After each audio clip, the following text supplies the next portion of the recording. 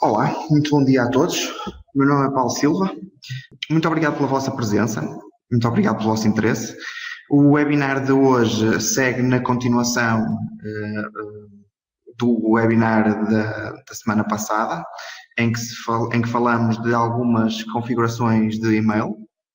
Se não tiveram a oportunidade ou se quiserem rever o webinar, ele já está disponível portanto, no canal da IPbrick no YouTube. Basta irem ao canal da IPbrick no YouTube e terão a oportunidade de ver todos os webinars técnicos. E no caso do e-mail, é o webinar técnico ipbrick.mail, que eu recomendo que, se não assistiram, assistam antes deste webinar que vamos ter agora.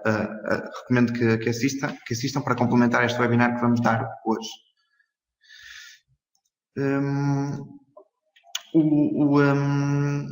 Portanto, o tema de hoje é a administração de e-mail.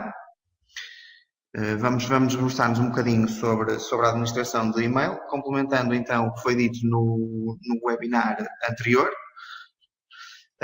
E vamos falar um pouquinho da gestão das contas do utilizador, de alguns e-mails, dos e-mails alternativos, de alguns parâmetros que podem ser configurados para o utilizador, de alguns parâmetros que podem ser configurados também acerca do servidor POP-IMAP. Vamos falar ainda do antivírus e do anti-spam, que é disponibilizado de base na IPbrick. Como é que podemos configurá-lo? Quais são as opções que temos? Listas de distribuição e as estatísticas do servidor. Vou passar aqui para o nosso servidor IPbrick. Portanto, tal como eu tinha dito há pouco, se quiserem visitar o nosso canal no YouTube, têm a possibilidade de o fazer, podem aceder lá, e se quiserem ver todos os webinars técnicos, têm aqui todos os que já foram dados, inclusive o webinar sobre e-mail, que podem também consultar. Na aula passada, ou no webinar passado, vimos as configurações de e-mail. Hoje iremos debruçar-nos sobre as restantes configurações que estão disponíveis no servidor de e-mail. E eu começaria então aqui pela gestão da fila, Queue Management, ou gestão de fila de e-mails. Este é um menu, é um menu que é bastante dinâmico, portanto, mostra em tempo real quais as mensagens que estão a ser processadas pelo servidor. Neste momento não está a ser aqui nenhuma mensagem processada por este servidor, mas aqui temos a hipótese de verificar todas as mensagens que estão a ser processadas por este servidor, quais são os seus remetentes, qual a data em que o e-mail foi enviado, quais são os seus destinatários, o seu assunto e o seu tamanho. Temos ainda a possibilidade, se ficarem muitos e-mails presos em fila a serem processados, temos ainda a possibilidade de, quando este menu está preenchido, temos a possibilidade de apagar esses e-mails. Apagar esses e-mails significa que os e-mails irão ser definitivamente eliminados, portanto não haverá uma nova tentativa de reenvio, os e-mails serão mesmo apagados do servidor. E, portanto, quando esta lista está bastante cheia, os e-mails estão presos aqui em fila, temos aqui essa hipótese de fazer essa gestão e de apagar aqui os e-mails. Este é um menu, na sua maior parte, informativo, portanto, para que possamos consultar e ter informação daquilo que está a acontecer no servidor. Portanto, em termos de opções, para além de apagar os e-mails que estão em fila, não temos muitas mais opções para além disso. Relativamente aqui à gestão dos utilizadores. Portanto, todos estes utilizadores já foram introduzidos na IPbrick, tal como eu disse num webinar anterior. Sempre que criamos um utilizador na IPbrick, é-lhe automaticamente atribuído um endereço de e-mail. Portanto, o endereço de e-mail é nada mais nada menos do que o seu login e o domínio da máquina. Mas aqui na configuração de e-mail temos a hipótese de modificar, entre aspas, este login de e-mail. Eu gostaria de vos dar esse exemplo, carregando aqui, por exemplo, no meu nome, portanto, nome do utilizador Paulo Silva. E são-nos então apresentadas as configurações de e-mail para este utilizador. Temos aqui o estado desta conta de e-mail, se está ativa ou se está inativa. Portanto, podemos ativar ou inativar esta conta de e-mail. E temos aqui o e-mail de sistema. O e-mail de sistema é um e-mail que não pode ser alterado e é o tal e-mail que eu falei, que é baseado no login do utilizador e no domínio do próprio servidor. Depois aqui em baixo temos o default mail, temos dois campos, que é o default mail e os endereços alternativos de e-mail. O campo default mail é um campo que o utilizador pode configurar para que seja utilizado, por exemplo, se o utilizador utilizar o grupo E, o e-mail que ele colocar aqui será o e-mail que ele utilizará por defeito para enviar e-mails. Ou seja, neste caso eu defini aqui paulo.silva@webinar.net. Cada vez que eu iniciar a composição de um novo e-mail, ele será enviado a partir deste endereço, paulo.silva, e não a partir de psilva. Isto é útil em que circunstâncias? É útil porque o login do utilizador, por norma, convém que seja o mais prático possível, portanto é mais fácil escrever psilva do que paulo.silva, mas muitas vezes não reflete não reflete o indivíduo em si, ou seja, é mais personalizado ter um e-mail paulo.silva, para muitas pessoas é mais importante, é mais cómodo e é mais pessoal ter um e-mail que seja o nome por completo, ou o primeiro nome completo e o último nome completo, e portanto aqui podemos definir uma série de e-mails por defeito que reflitam melhor a nossa pessoa. Depois os endereços alternativos. Pode ser qualquer endereço, pode ser PJ Silva, por exemplo, portanto podemos colocar aqui qualquer endereço que nós queiramos. E a forma como este endereço alternativo vai ser tratado é, portanto, nós utilizamos sempre o nosso login e a nossa palavra-passe para nos autenticarmos, seja no grupo R, seja para mapear as nossas contas num cliente de e-mail, como por exemplo o Thunderbird, mas depois todos os endereços que nós coloquemos, tanto como por defeito como endereço alternativo, podem ser utilizados pelas outras pessoas para nos contactar. Serão todos os e-mails entregues no nosso e-mail de sistema, que é o psilva, que é a conta que está mapeada nos nossos clientes de e-mail ou no nosso grupo E. Todos os e-mails serão entregues nesta conta. No entanto, eu posso enviar e-mails para qualquer um dos endereços colocados aqui ou mesmo o endereço colocado aqui. Depois temos aqui a cota de e-mail, que é o limite que podemos apresentar para a nossa cota de e-mail.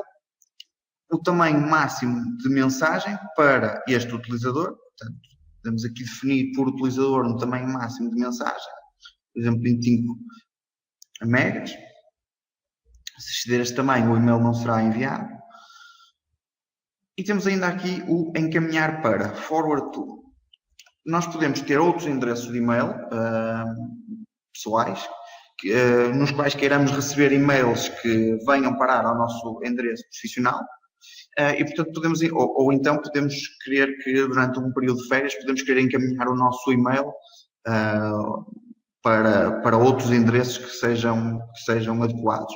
Portanto, podemos definir aqui qualquer e-mail para onde os e-mails serão encaminhados.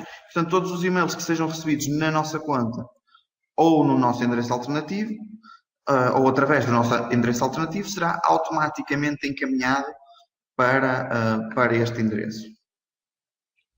E depois temos ainda aqui a mensagem de resposta automática, que podemos também definir aqui a nível do sistema, para que seja apresentada quando alguém nos envia um e-mail.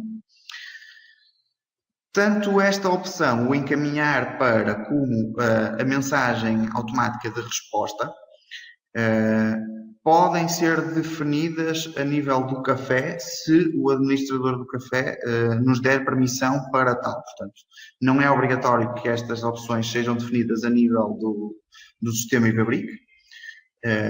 Um administrador de sistema pode fazê-lo, pode decidir fazê-lo. No entanto, se nós como utilizadores entendemos que queremos fazer um forward para ou um automatic reply message, se tivermos essas permissões a nível do café, podemos perfeitamente fazê-lo. Portanto, no final, é só clicar em modificar. E a nível de gestão de utilizadores, temos então o nosso utilizador configurado.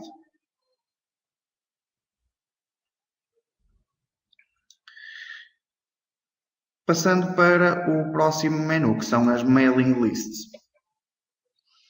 As mailing lists podem ser criadas na IPbrick e funcionam numa filosofia de um e-mail para N pessoas.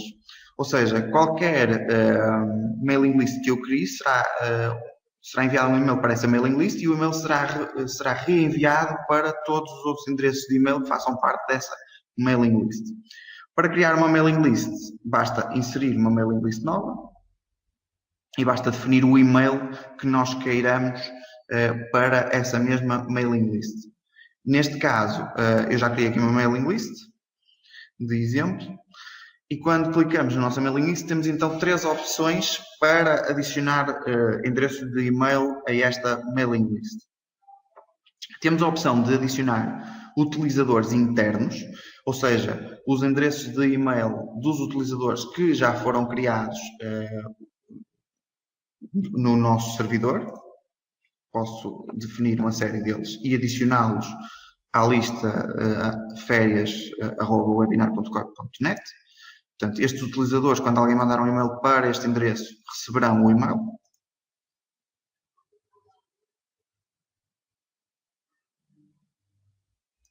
Temos de modificar. Ok, já adicionou. Portanto, ficam os e-mails adicionados. Depois temos aqui outra opção que são a lista de endereços do IP Contactos, portanto, a aplicação Contacts.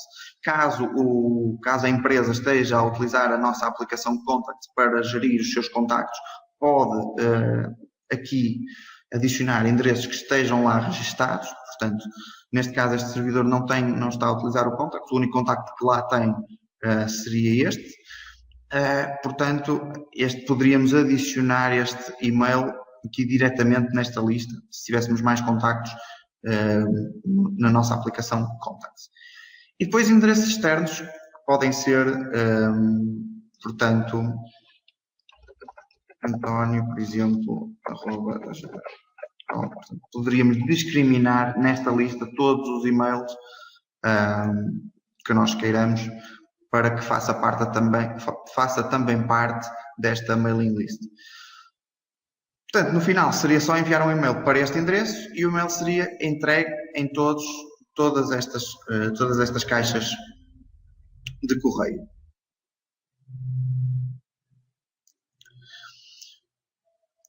As estatísticas são atualizadas diariamente. Portanto, o que foi feito hoje ainda não é notório e nas estatísticas basicamente temos portanto, um aglomerado de informação acerca dos e-mails que são enviados ou que são recebidos.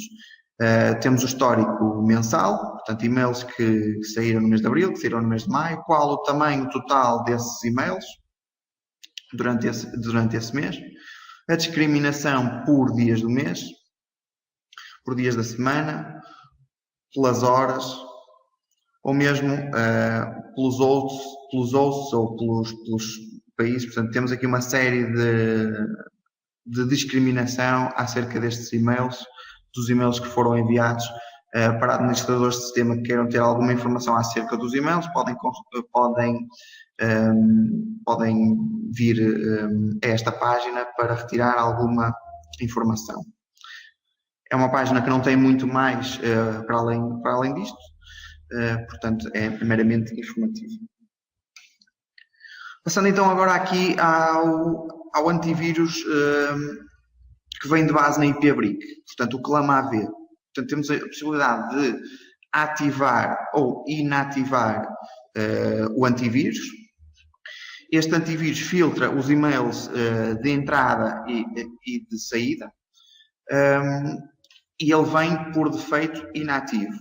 Quando ativamos, portanto, temos que terem atenção que quando temos o antivírus ativo, devemos sempre verificar se isto aplica-se não só ao serviço de e-mail, mas a qualquer tipo de serviço que nós tenhamos ativo na IP-BRIC. Portanto, devemos sempre verificar que o serviço se encontra ativo.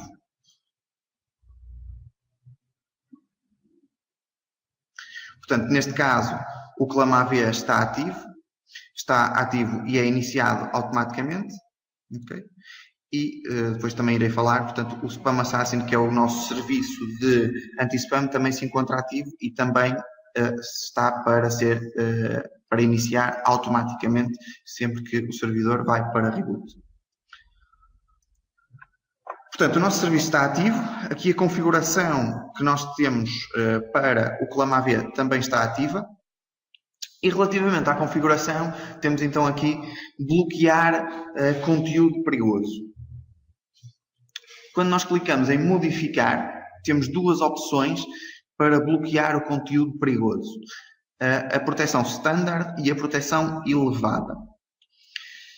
Para além desta proteção, temos ainda o que fazer quando um vírus é detectado. Podemos rejeitar o e-mail, podemos marcá-lo como sendo vírus, ou podemos marcá-lo e redirecioná-lo. Neste caso, é-nos ainda mostrada outro campo que nos permite definir qual é o e-mail para onde nós queremos redirecionar os e-mails que são marcados como vírus. Portanto, podemos definir aqui uma conta de e-mail, podemos ter uma conta de e-mail que seja só para este propósito e podemos defini-la aqui e ela irá receber todos os e-mails que sejam detectados como vírus. Ou podemos então, pura e simplesmente, apagar o e-mail. Sempre que ele é detectado como vírus, apagar o e-mail e o problema fica resolvido. Relativamente aos níveis de proteção, portanto, a proteção normal, standard e a proteção elevada, eles diferem no seguinte. A proteção standard, que é a que está neste momento, permite-nos configurar uma blacklist. Ou seja, ela tem de base uma série de extensões que são bloqueadas, uma série de tipos de conteúdo que são bloqueadas por defeito e nós podemos complementar essa lista acrescentando outros tipos de extensões que nós queiramos que sejam bloqueadas. Ou seja, só as extensões que estão discriminadas nesta lista é que irão ser bloqueadas. Só o conteúdo que esteja discriminado nesta lista é que vai ser bloqueado. Todo o restante conteúdo será autorizado. Okay? No caso da proteção elevada, a filosofia é ao contrário, ou seja, ele vai, por defeito, bloquear tudo, todos os anexos, todos os conteúdos são bloqueados, com exceção daquilo que nós configuramos na nossa whitelist. Okay? Portanto, aqui podemos configurar a nossa whitelist, temos que fazer ao contrário. Vou deixar estar a proteção standard. Okay. Depois temos aqui ainda o nosso sinalzinho verde ou vermelho que garante se as bases de dados estão atualizadas ou não. Todos os dias é corrida uma script que atualiza as bases de dados tanto do anti-spam como do antivírus. Portanto, se este sinalzinho estiver a vermelho, significa que essa script ou não foi executada corretamente ou não conseguiu contactar os servidores para atualizar a base de dados. Portanto, pode haver algum problema com a conectividade com a internet.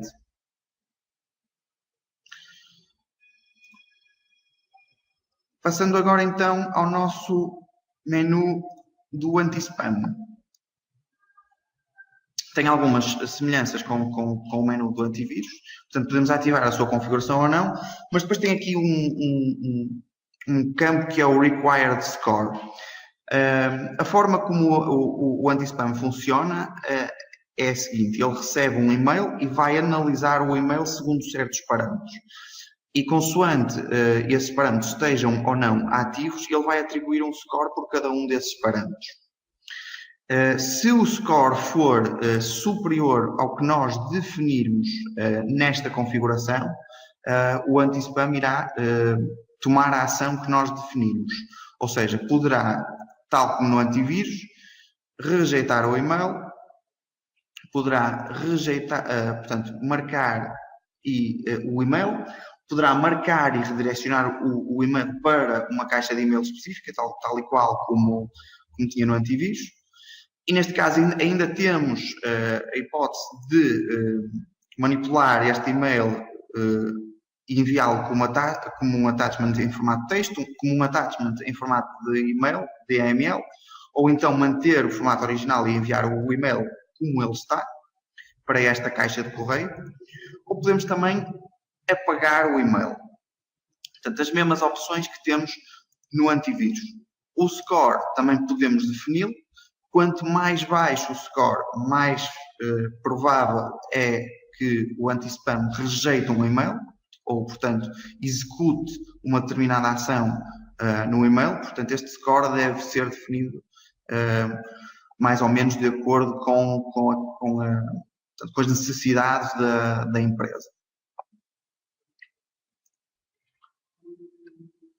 O que é que nós temos também aqui no anti-spam? O que é que poderemos fazer? Podemos definir uma whitelist ou uma blacklist.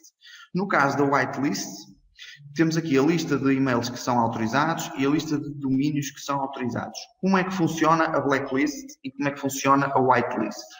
No caso da whitelist, significa que e-mails que nós coloquemos na lista de autorizados ou domínios que nós coloquemos na lista de autorizados irão receber um score automaticamente de menos 100.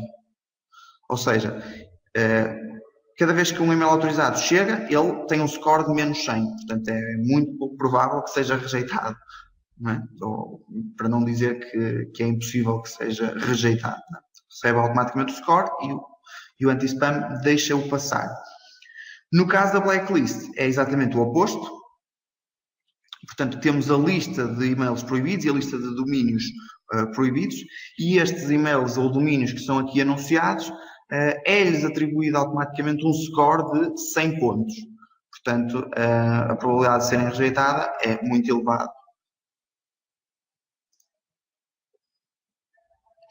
Depois podemos ainda definir no final as regras que nós queiramos definir para atribuir scores personalizados. Por exemplo, podemos filtrar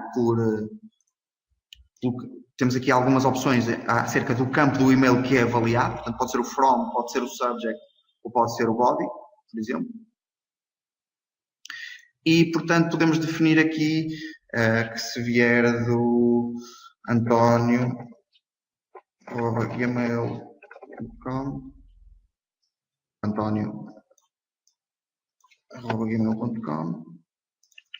portanto, se o from tiver, por exemplo, isso, eu vou dar um score de 10. E, portanto, esta regra será aplicada automaticamente sempre que o António enviar um e-mail para alguma destas caixas de correio. O Spam Assassin irá avaliar uma série de campos, sendo que, quando chegar a este campo, ele irá atribuir logo um score de 10. Portanto, segundo as nossas regras que nós temos neste momento aplicadas, este e-mail seria automaticamente rejeitado, pois estaria a ultrapassar o score que está aqui definido. Portanto, a nível da configuração de anti-spam, não há mais a dizer. Falta-me agora falar a nível do servidor de POP IMAP. Portanto, o serviço de POP IMAP é, no caso da IPABRIC, gerido pelo Dovecot. E aqui temos as configurações que são permitidas, então, para as ligações POP e IMAP. Portanto, temos aqui o número máximo de ligações de clientes, ou seja, o número máximo que o servidor de POP e IMAP vai aceitar em simultâneo. Portanto, isto deve ser gerido de acordo com o número de e-mails que estão configuradas no servidor. Isto leva um valor por defeito de 300, mas deve ser gerido de acordo com aquilo que o cliente assim entender.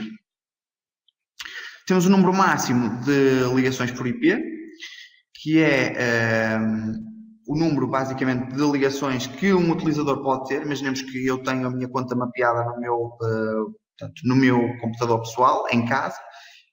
Portanto, estará a minha conta aí mapeada. Portanto, é o meu utilizador que está a utilizar um IP.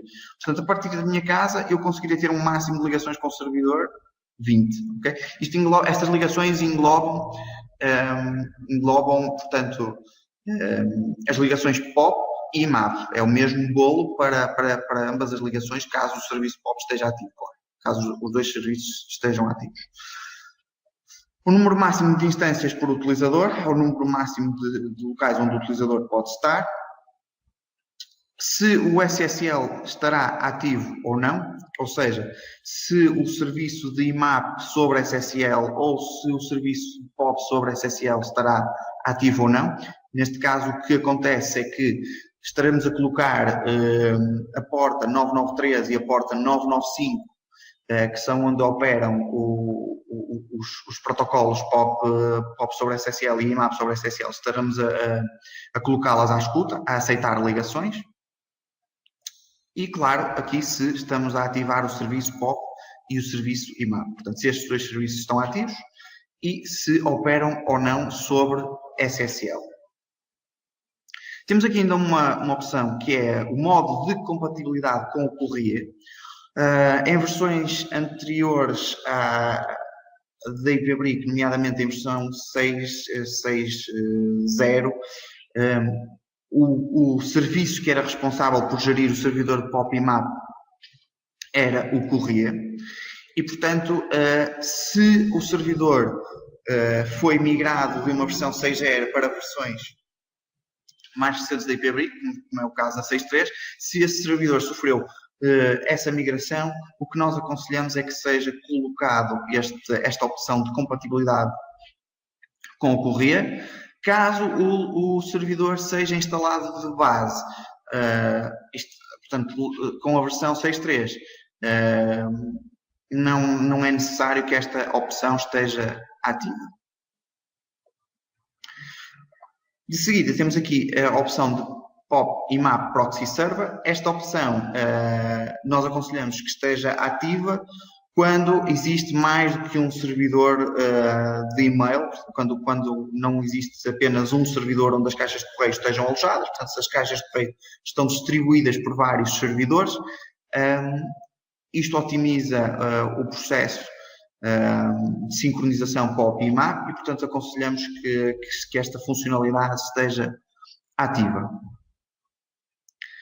E depois temos ainda aqui os Public Folders, que é uma nova funcionalidade que surgiu com o Dovecot e que basicamente permite que seja criado uma pasta pública que tem que ser gerida num cliente de e-mail, ok? E o que acontece é que podemos definir um administrador ou vários administradores para essa pasta pública. Podemos definir aqui o nome da pasta. Portanto, esta pasta pública e o nome dos administradores desta pasta pública.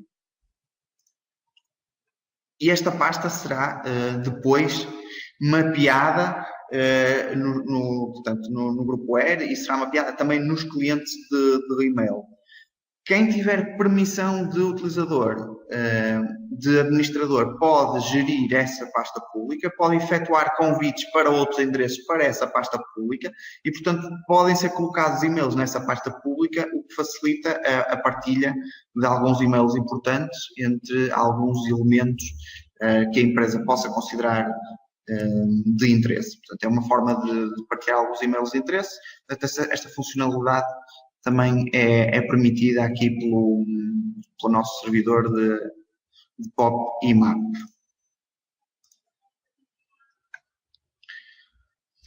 Portanto, era sobre estes tópicos que queria falar hoje.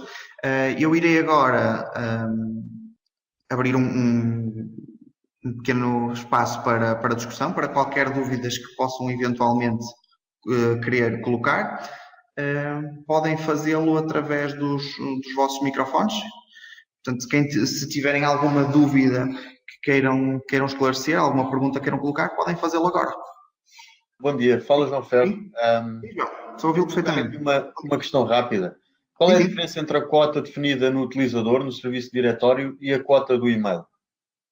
Portanto, a do e-mail eu compreendo que é para o e-mail, e aquela cota definida no utilizador, no serviço de diretório? Certo. Portanto, existem dois sítios de facto onde pode definir a cota do utilizador e a cota de e-mail. No caso da cota do utilizador, o que é definido é a cota conjunta da cota, ou seja, é uma cota conjunta que refere-se à cota que o utilizador tem para a sua área pessoal, portanto, para a sua partilha pessoal, okay? Para a sua share, para a sua partilha Samba. Sim. Mais o espaço que o utilizador tem na cota de e-mail. Portanto, a cota do utilizador alberga esses dois campos, a cota de partilha e a cota de e-mail. No que se refere à cota de e-mail, refere-se só à cota de e-mail. Sim, a cota de e-mail, sim. Só à cota de e-mail. Ok, pronto. Era só esta a minha dúvida. Sim, isso de facto é uma questão que nos é colocada algumas vezes e funciona dessa forma. Mas esta cota do utilizador, ela aumenta automaticamente quando é aumentada a cota de e-mail? Não, a cota do utilizador, imaginemos que, vou-lhe dar um exemplo muito concreto, imagine que o João coloca 5 GB na cota de e-mail. Na cota do utilizador, 5 GB na cota do utilizador, ok? E depois coloca 4 GB, por exemplo, na cota de e-mail. Isso significa que o João, na prática, só vai ter 1 GB portanto, na sua pasta pessoal. Porque 4 GB estão ocupados pelo e-mail. É o que sobra, não é? Portanto... Na pasta pessoal, ou seja, na sua pasta pessoal, na sua partilha, o João só vai conseguir alocar 1 GB porque a cota de e-mail ocupa 4. Se colocou a cota do utilizador com 5 GB, só terá 1 GB para a partilha. Pronto. Eu coloco esta questão porque nós aqui no nosso servidor temos, por exemplo, um utilizador em que tem a cota de e-mail, ou melhor, a cota do utilizador com 2 GB e a de e-mail são 7 ponto qualquer coisa. Ou seja, a cota de e-mail é superior à cota geral. Pois, mas isso quando chegar ao ponto da cota do utilizador vai deixar de receber e-mails porque a cota do utilizador alberga. Essa questão já nos foi colocada várias vezes e é uma situação que está a ser otimizada neste momento. As cotas, o serviço de cotas. Portanto, é possível definir a cota de e-mail maior que a cota do utilizador. Sim. A questão é que se a cota do utilizador estiver definida, depois vai ter um problema porque na verdade não consegue ter a cota de e-mail que definiu. Pois, a noção que eu tenho é que nós aumentamos a cota e nunca aumentamos a cota de e-mail e não a do utilizador. Os colaboradores continuam a receber e-mails. Continuam a receber e-mails, se calhar ainda não atingiram essa cota de e-mail. Porque quando atingirem aquele tamanho, vão deixar de receber porque já atingiram a cota do utilizador. Ou seja, apesar de não terem atingido a cota de e-mail, atingiram a cota do utilizador. A não ser que a cota do utilizador esteja definida como ilimitado, não é? Sem nada, não é? Sim. Se não tiver nada, está como ilimitado. Então, nesse caso, não há problema. Ok, pronto, está explicado. Obrigado pelo esclarecimento. Se mais ninguém tem então nenhuma questão, resta-me agradecer a vossa presença e o vosso interesse nos nossos webinars. Agradeço em meu nome e em nome da IPBRIC. Espero que seja do vosso agrado, ou que tenha sido do vosso agrado. Estes webinars vão ser feitos de uma forma regular. Para a semana iremos ter outro. E claro que se tiverem alguma sugestão para que estes webinars sejam melhorados ou que alguma sugestão de melhoria, por favor, estejam à vontade para nos dizer, para nos transmitir. Nós agradecemos imenso que o façam e desejo a todos o resto de um bom dia.